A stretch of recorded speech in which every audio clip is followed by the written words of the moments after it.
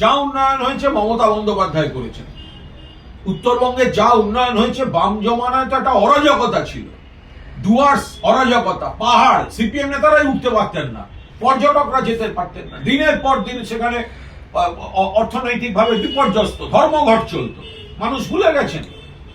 এখন যে দার্জিলিং পর্যটক উপচে পড়ছে, অর্থনীতি চলছে, ডুয়ার্স পর্যটক উপচে পড়ছে, অর্থনীতি চলছে, সমস্ত রকম উন্নয়ন।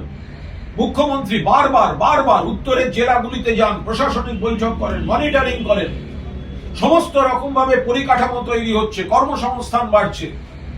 ফলে উত্তরবঙ্গে রেলমন্ত্রী হিসেবে মমতা বন্দ্যোপাধ্যায় উত্তরবঙ্গকে যা ট্রেন দিয়েছেন, কোশ্মিন কালে কোনো রেলমন্ত্রী সেটা দেননি।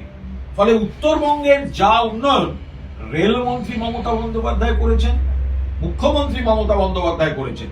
বিজেপি সেখানে কোনো অবদান নেই। বিজেপি কেবল ভেদাভেদের রাজনীতি, ভাগের রাজনীতি, সেগুলোকে প্রশ্রয় দেয়।